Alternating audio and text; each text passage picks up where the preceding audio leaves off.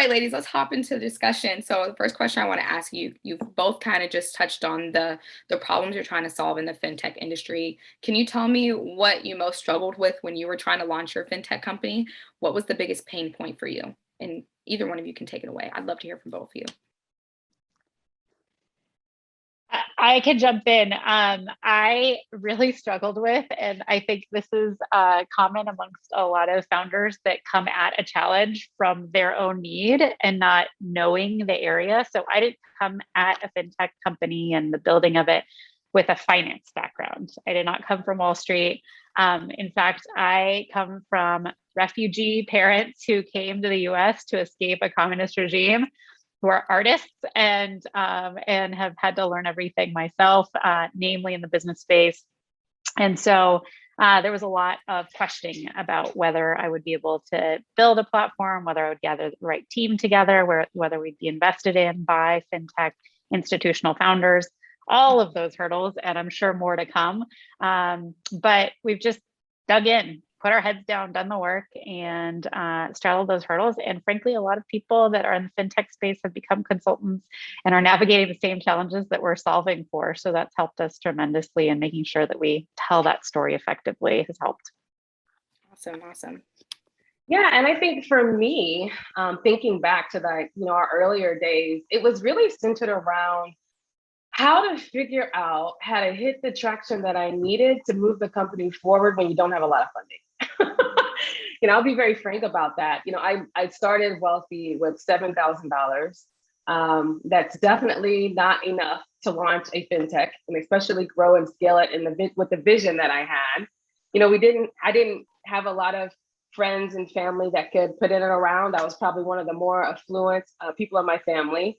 And I didn't really come from a background of angel investing. And so a lot of fans and family, they didn't have the funding or didn't really understand what that meant. And so we kind of had to leapfrog the friends and family round. So how do you do that when you're trying to build something epic, but you don't have a lot of resources and you're really lean? And so I came across a book called Lean Startup. I know it sounds like a cliche, but it really changed my life. A lot of people quote it now. If you haven't read it, I highly encourage it. It really gives you a blueprint for how to prototype a product, how to test it with customers before you invest a lot of money in it, so that you are building something that people not only want, but will actually buy. It gave a lot of tricks to the trade in terms of different tools you can use to prototype. Like I said, before you build, came across a tool called Envision, and using that to simulate an app when you don't necessarily have the team or the resources to do it up front, and also how to pre-sell. So I learned a lot from that, but it wasn't easy. I kind of had to figure it out as I go and really create organic traction so that I could set us up for the investment that we got down the line. Awesome, awesome. So as women in leading in let me back up. As a woman, what's it like leading in the fintech space? What's been the most difficult and the easiest, honestly, about this process leading in this space? I think Yeah. Oh, go ahead. Sorry, Fanta. No, go please. I think the most challenging as a woman has just been the lack of women in the finance and tech space, and just I think that initially there's just that both intimidation, right, of when to speak up and that you're just as relevant in that space, and certainly just need to take a seat at the table for yourself and for your team, which I think sometimes is easier if you're thinking about it in the context of making that space for your team. But then also I think seeing it as an opportunity to be memorable. I think often because you are the one person out of every 20 men in the room, it can be a little overwhelming, or there's natural clustering that happens, or cliques that exist. But then just entering yourself into those conversations is just the best way to get into them and make yourself known. Yeah, I agree. I think overcoming stereotypes as a woman in fintech is such a big deal.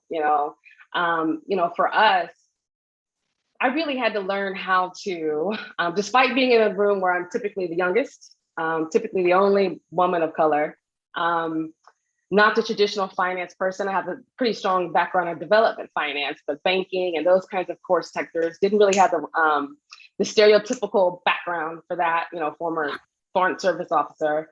And I remember talking to some of these investors, and I would get crazy questions that I know they would have never asked me, and how do you navigate those things like, oh, well, you seem like you could be a great founder, but, I'm not really sure how you're going to do it when you have kids. Or most of the founders that we meet, they tend to be a lot younger than you are. I'm not sure if you're going to be the right fit because of things that have nothing to do with my skill set or attraction or anything like that.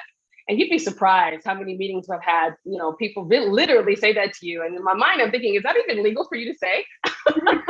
Yeah, and so really just figuring out how to cultivate relationships when people have these negative stereotypes and figuring out how to overcome them without, getting defensive or being upset about it, but just knowing, okay, we're not a good fit, or how to walk away and when not to walk away. It's something that we deal with every day, but I think women have to go through that a lot more. And so I definitely agree. To tack onto that, I think I've kind of in some situations made a point of just elaborating on how busy my day is and how much I'm tackling. Like, yeah, Right. I'm the CEO of this company, but I'm also aware that I don't come from the finance space, so I'm busy getting my CFP in the evenings, and just reminding people of everything you are spinning on various plates is really helpful to kind of reinforce everything you're doing and also remind them how ridiculous that question is that they're Exactly. to you. Yeah. This kind of you guys speak so confidently about like entering these uncomfortable spaces, but I know it's still an uphill battle. Do either of you often still feel imposter syndrome? Like you guys have already launched your businesses, you're thriving, you're climbing. Do you still feel imposter syndrome at all? Every day. Yeah, definitely. Anyway. Yeah. Like I'm a power pose girl, I'll go into a meeting, I'll slip into the bathroom first before a meeting and do a power pose, do a little meditation, a positive affirmation. Yeah, I definitely have experienced that regularly. It is what it is. Absolutely. Yeah, I think I think what's most useful is to, especially in investor meetings, for those that are founders here, but even in the corporate setting, is always to ground yourself in kind of what you know and what you can contribute to the conversation, because that's where you'll be most useful. And when people ask you questions, often it's just lack of knowledge and lack of understanding. And if you think about how you're just sharing what you know with that group of people, it allows you to kind of shift more comfortably into a position of being an advisor or an expert, where a lot of us wouldn't give ourselves that title naturally. Yeah, right. Absolutely. I would add to that and also say, I really learned how to own it and also kind of shift the power dynamics in a meeting. So I'll give you some examples. Investors are looking for women founders. I mean, there's not that many of us, particularly in fintech. When they find one, they're under a lot of pressure to find us, to source us, figure out, where we are.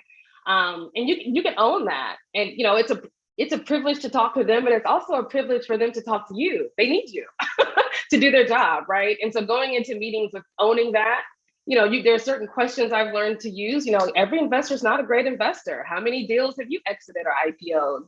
What's your track record? Questions like that are totally okay to ask, because why wouldn't I want to know that? And they tend to change the power dynamic so that we're all both human here at this table, and so those strategies have worked for me too. Awesome. All right. So you ladies, you have stacked resumes. You're very well versed in what you're doing, and you should be very proud of that. How has your background helped shape how you approach raising funding? Can you guys share any VC horror stories or any kind of just road bumps you've come across where you're like, what the hell was that when talking to investors? Yeah, I can probably hit that off. I mean, other than being told, I might be distracted because I'm a woman with children who's not 25 working out of her basement. That was a pretty hard story. I think there's another one that comes to mind. had gotten very far along in diligence with an investor, was super excited. You know, we're about to cut the deal, and he comes to me and he says, "Look, I don't really like this social impact stuff. I'm gonna need you to change your mission. You know, we need your what you're charging customers is way too low. And I just, you know, I feel like you're leaving a lot of money on the table, and this is a deal breaker for me." He basically wanted us to kind of do away with all of our social impact metrics. And at the time, you know, we were really bootstrapping and lean. I really needed the funding. And I had to walk away from that opportunity, and it hurt. And this is a 2 or 3 time founder, had taken multiple companies IPO and exit. But I knew I couldn't live with myself if I had accepted those kinds of terms. And I also knew that, you know, investors and founders, it's like a marriage. Once you take investment, I mean, they're with you for the long haul, at least 5 to 7 years. And so I had to be okay with walking away and living with that uncertainty until I found other investors that I did align with and did like my mission. So that wasn't easy to do. And I call it a horror story because, you know, the 3 months, you know, we were struggling for 3 months until I was able to find that new investor, but I'm really glad that I did. I would have been miserable and I wouldn't have been able to look at myself in the mirror if I had accepted those terms in that way. So. Good for you. Good for you. Good now, at the time. Wow. Una, any horror stories, or just you want to share your experience raising funding in general? Sure. So I have fortunately been fairly lucky outside of some very pointed conversations around my marital status and kids and stuff like that in conversations. But I actually had more horror stories from my past life in PR and marketing, because there's certainly assumptions around that, especially in the tech community. But in terms of fundraising, I think what Fanta brought up was really critical in terms of the power of saying no. And I think that we are still so socialized as women. And I think we're probably everyone on this call that has daughters and, you know, has an influence on both boys and girls, is trying to kind of make everybody more comfortable saying no. But it is a completely shifting experience, especially as a woman who's been socialized to say yes and be accommodating, to start getting comfortable saying no. And I think that is most starkly represented in fundraising conversations and contract writing. And my suggestion to everyone here is to get great lawyers. If you can, get women lawyers, because they will be great to stand beside you and have those very real conversations with you about the impacts of what you're potentially going to or thinking about doing. And the more you start saying no, the more comfortable you get in saying no, because here's the impact down the road as I try to grow my company and take on additional investors. And it's unfortunate that you are required to have this in your contracts per regulations in that country, or, you know, based on how you've invested previously, but we just can't accommodate that. I'm sorry. And you would be surprised at what you can walk back in contracts that probably many people ahead of you have signed off on, but could really be stunting to your growth as a company. And I think that gives you a lot of power when you're not saying no just for yourself, but also for the health of your company down the road. And that's a lot of power to wield and get comfortable with. Absolutely. Yeah. Absolutely. I like that. Just being able to say the power of saying no, because not all of the work you're doing is just about making money. So even going back to what you're saying, Fanta, was, someone asked you to take the social impact out. It's just like, I don't mind. Why are we talking?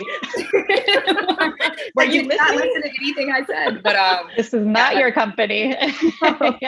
No, you don't get to pick and choose. This is not a pizza.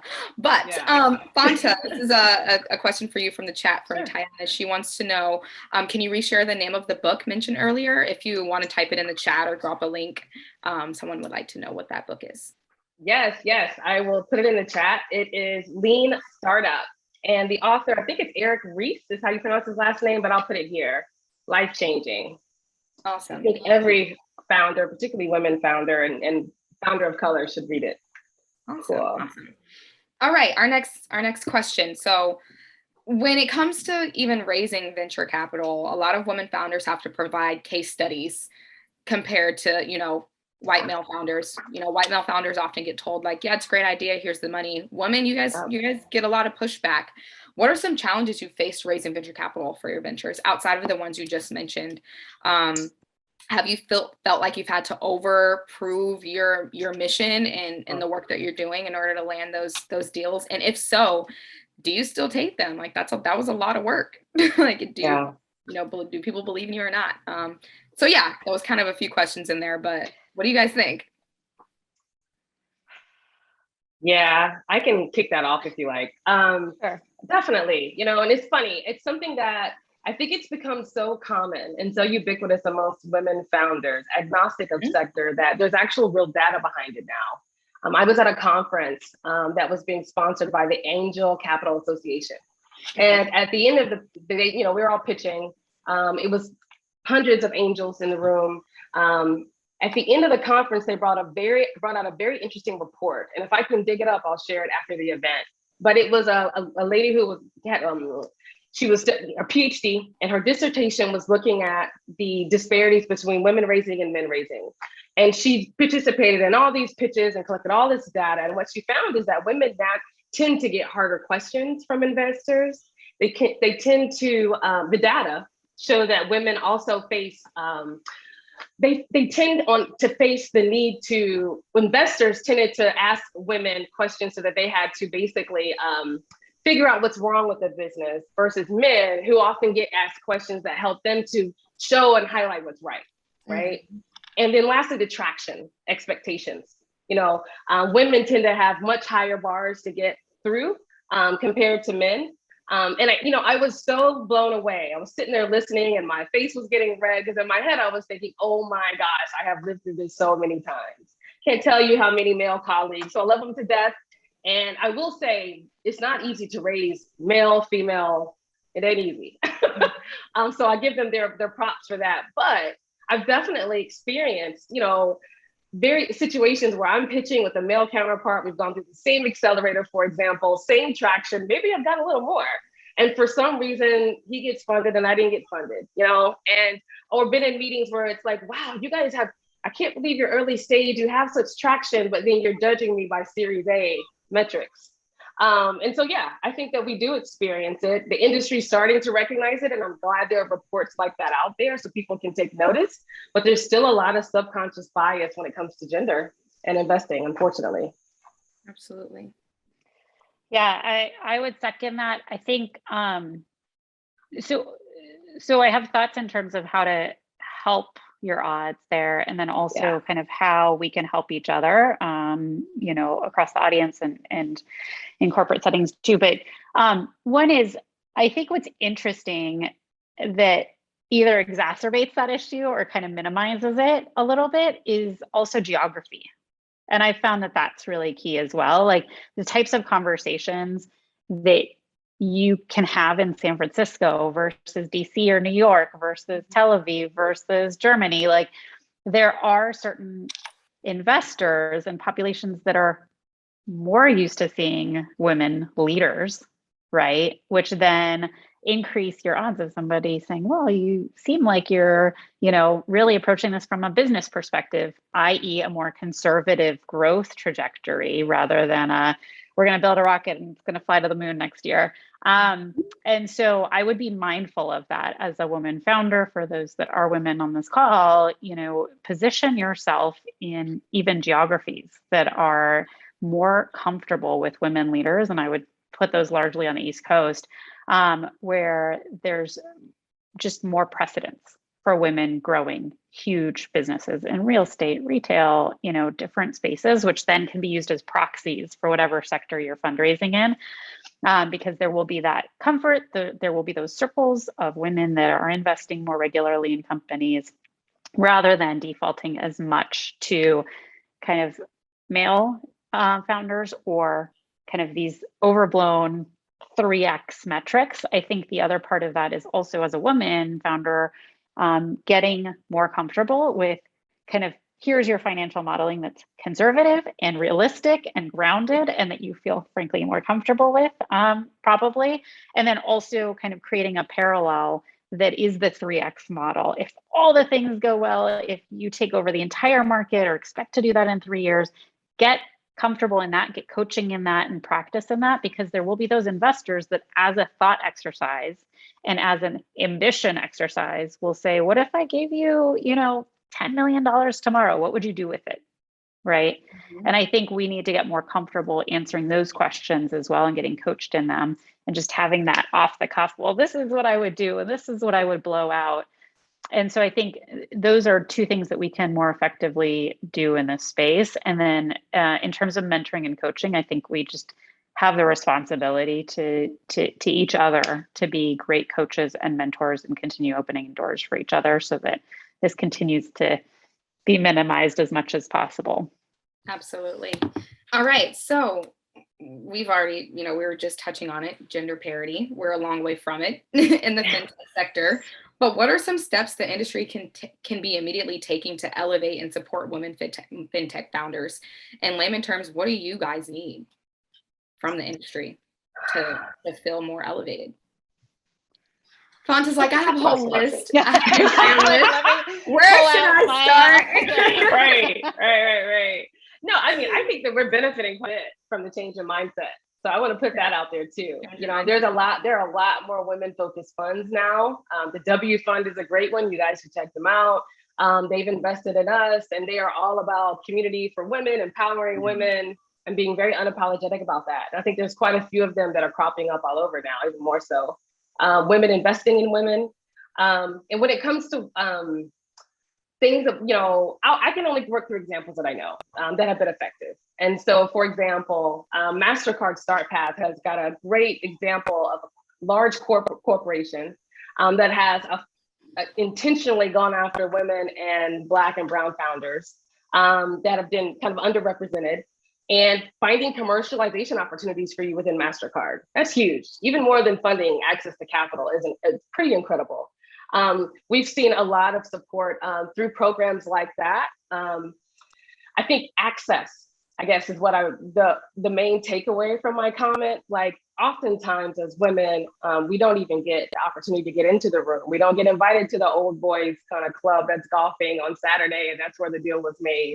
And so if the industry can be very intentional around how they structure their resources to address that gap, and actually maybe even adopting programs and policies and procedures that are focused on bringing in groups that might be underrepresented in their normal day-to-day, I think that's a really great step. Absolutely. Yeah. Right. Do you want to go ahead? Yeah, I was going to say, I think all of that is great. I think there's two additions. I would say that when you find yourself with some resource bandwidth as you grow companies or as you're in corporate settings with more stable incomes, just start investing. You can invest with friends, you can create syndicates. I think part of this challenge has to be addressed with women individually getting more comfortable with investing and starting to pull together resources to throw at things, because that's the only way you learn, right? Once you get your hands dirty. And so I would highly encourage that for those that might be on this call and able to do that. The other part is, let's get on more boards and be mentors and get our names in the mix in different places. I think this is also where women tend to be very conservative, and there is some real life resource limitation as we're raising kids and have partners and trying to do other things outside of the startup and work scenario resourcing, but often doesn't take that much real time to coach a company. If they want you on their board or something, it might end up just being an hour or a month or something. And so just, have those conversations about what is realistic and how much of a commitment these things are. But it's a great way, especially if you want a board member or you are willing to be a board member, to just start getting practice at being part of these companies and, just taking the right steps. Absolutely. All right. So a funner question. We've been covering some heavy topics and talking about the challenges.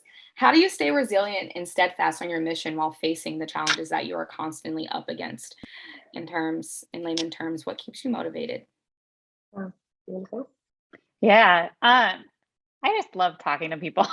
That's real. That's real. I mean, I just really love kind of solving problems and talking to people. And so when I have the opportunity to do that, whether it's with my team or talk to one of our customers, and just think about how to make people's lives easier in a real life way. I mean, my parents are a huge inspiration to me in terms of coming here when they were in their 20s and figuring it out, figuring out a new language, a way of working, everything.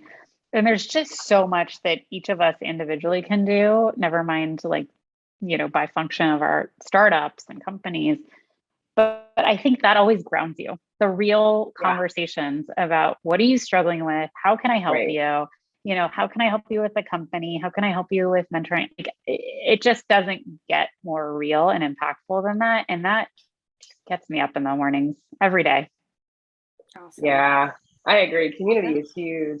You have to be careful. Your community, you've got a lot of negative naysayers around you. Oftentimes is when I was first launching my company, my community wasn't my family. I love my family. They're incredibly supportive. They're why I'm here today, but they did not understand why I would leave a good government job. Same. To run a startup, and be broke for years figuring this thing out. They just couldn't get it. It was just, and so I had to find community in other places. I had to also, focus on what's important, focusing on my daughter and why I'm doing this, and to look in her eyes when she sees me walk in front of a room and give a presentation or win an award, and how she kind of emulates that. You have to just focus on what's important and why you're doing it. Yeah. So community is key. Yeah. Please, I would add one thing is move your body. I am such a believer in we're all animals, right? Mm-hmm. And there's so much stress that we deal with as founders and as partners, as parents or whatever. And there's just a tremendous value at like whenever you're feeling stuck or like itchy, like that, I think just moving your body, shaking it out, dancing for a moment, whatever you need to do, like literally physically shaking it out helps a ton. And that's the lighter hearted addition. You also need the lighter hearted support. So that I touche that. All right. What would you both say you need from the DC Tech community to help make FinTech more equitable? So local pool. Interesting. I feel like we don't network enough. I mean, this week is great. It'd be nice if we had something consistent, throughout the year, especially amongst the women founders. And I know there are communities, don't get me wrong. I don't know if you have other thoughts. Yeah, I'm just thinking about my days that I lived in DC earlier in my career. And I don't know how much this has changed or not, but I just recall everyone kind of asking what you do. And being the transaction, like, okay, I'm so-and-so's admin, or I'm this level at this company.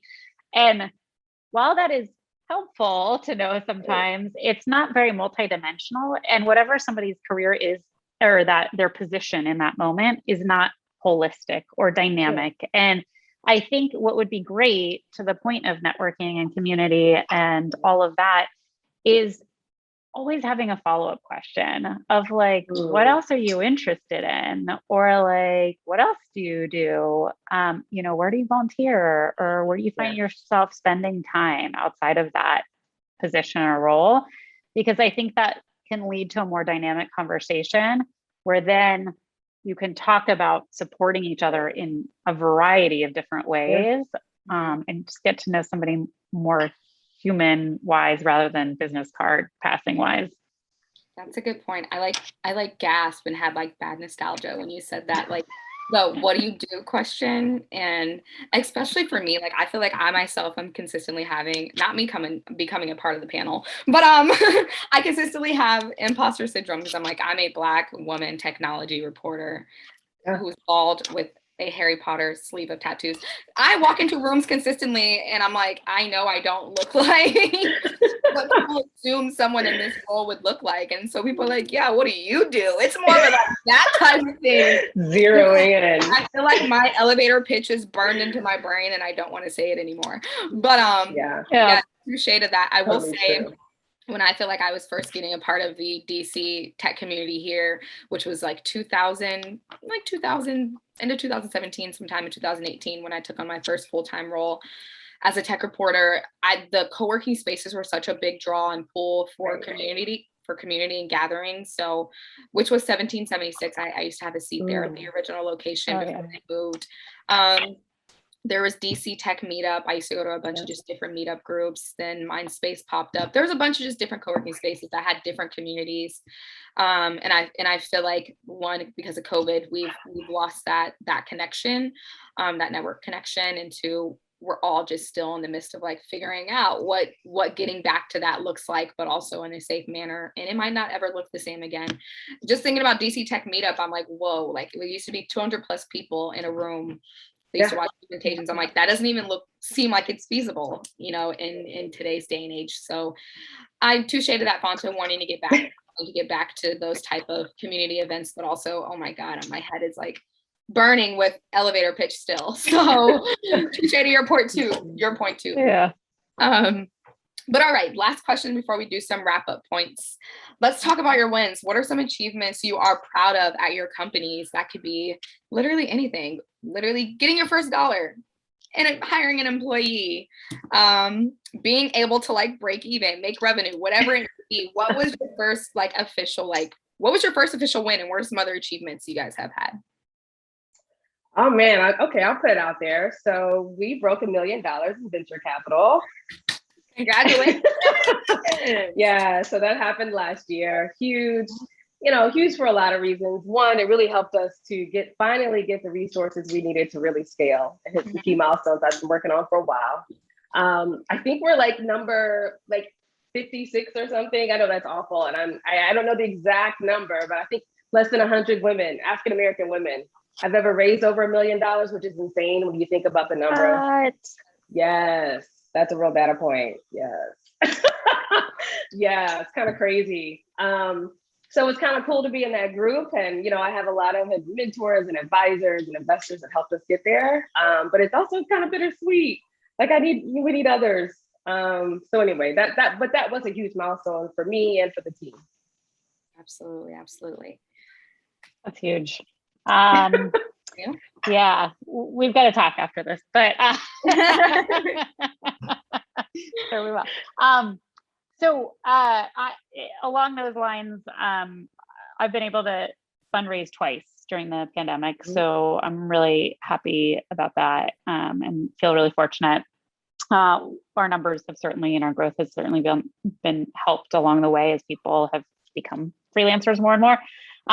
So certainly that was tremendous, but honestly, I'm really happy that we launched our product mid-April, and it's, we've cleared multiple thousands of people using it already. And so just that is really thrilling to me, in terms of just helping impact that many lives, and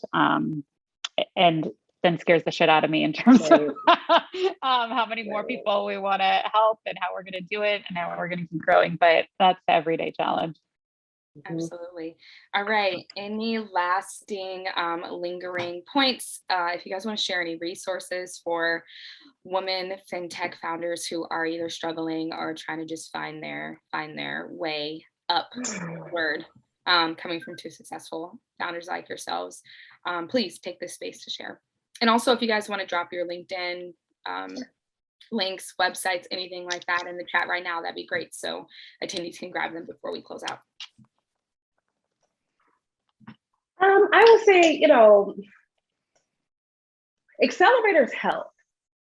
At first I was kind of averse. I felt like it was taking away from the job and me kind of focusing on what's important, but it's a great way to build community. It's a great way to learn skill sets that you don't have, and it's a great way to get access to people you would never get otherwise. So I would say, apply to as many as you can. Many of them have funding attached to them. We had for fintech folks, I would highly recommend, I already mentioned Maps with a Hard Start Path program. The ICBA Fintech Accelerator was amazing if you're looking to sell anything to banks and credit unions, community banks and credit unions. 1863, it's here local. Melissa Bradley, if you don't know her, has been a great mentor to me for a while. And her fund has also investors that she puts her money where her mouth is. Much respect to her and what she's been doing. And there's so many others, but don't shy away from them. It can be a time sunk, and sometimes you can think, why am I doing this when I could be trying to make money? But it pays off, and it helps you get from A to B. And I think for founders that have had difficulties raising, it can help you figure out what those blockers are in your business. And it can also help you to unlock access, like I mentioned before, that you might not have thought about otherwise. Thank you. Una, any lasting points? Along the lines of the accelerators, I think that's a great point. And certainly, even if you don't get into them, they're incredible practice in terms of refining your message, creating your pitch deck. I would say the same of sharing what you're doing with random people, right? There's a lot that you can learn from how nervous you get talking about what you're doing. It often exposes some uncertainty that you might have even about what you're building, but certainly helps you refine your message. Accelerator application processes are exactly that, and then dig in on that once you're in them. We did the Techstars Barclays Accelerator in New York. Certainly that can lead to follow-on investments like it did in our case, so I highly recommend. And then I would say don't shy away from the most wonky, businessy, male, brosif like investors as well. Because while the women kind of focused investment vehicles can be tremendous, they also are really strapped to show results right now. And so sometimes their bars in terms of metrics can be pretty high, and or more kind of retailer consumer focused even sometimes, because that's where they're more used to operating. And so sometimes, again, to the point of sticking out in a really positive way, get knocked around by the like really technical dudes. Because it gives you practice. It gives you that, oh crap, what am I doing here? Anxiety, and then you get to clear it, right? And then you learn from what went well, what didn't go well. And frankly, to Fanta's earlier point, they are incredibly pushed right now to add women to their boards, to invest in women, and you never know, if that's your boss, that's somebody that you meet at a dinner party or whatever, that you're initially anxious about, don't think they'll understand what you're doing, but in fact, maybe really curious about what you're doing, or have, in our case, sometimes, kids that are freelancers or something and want to make sure that they're financially responsible. They're starting to do that. So I would just say, the more you dig into what you're nervous about, the less nerve-wracking all of those things become. Absolutely. Absolutely. Thank you both for sharing. This was amazing. Kudos, snaps for yourself. I enjoyed hearing more about your experiences. I just sent you both LinkedIn requests so we can continue to be besties. Anyone in the crowd, everyone in the crowd, excuse me, thank you for joining us. There's still a full day of events tomorrow for DC Startup Week. I think Seema may be coming back on to outro us. We're supposed to wrap up. I'm like 15 seconds early. Shout out to me. I was being very mindful of the time because I went over by like 15 minutes in my first talk. So yes, thank you both so much. And we can probably head out if Seema's not going to come back on. Let me message her before I just dip out of here. As you're doing that, one other thing to throw out there, check out AARP's Innovation Lab. That's also another really good one. They had cool stuff. Yeah, we're getting a lot of value out of that right now. Imminence, pilots, park opportunities, potentially learning about your business with really smart folks. So there's a couple really good ones, and I would add them to the list. Absolutely. Can't agree more.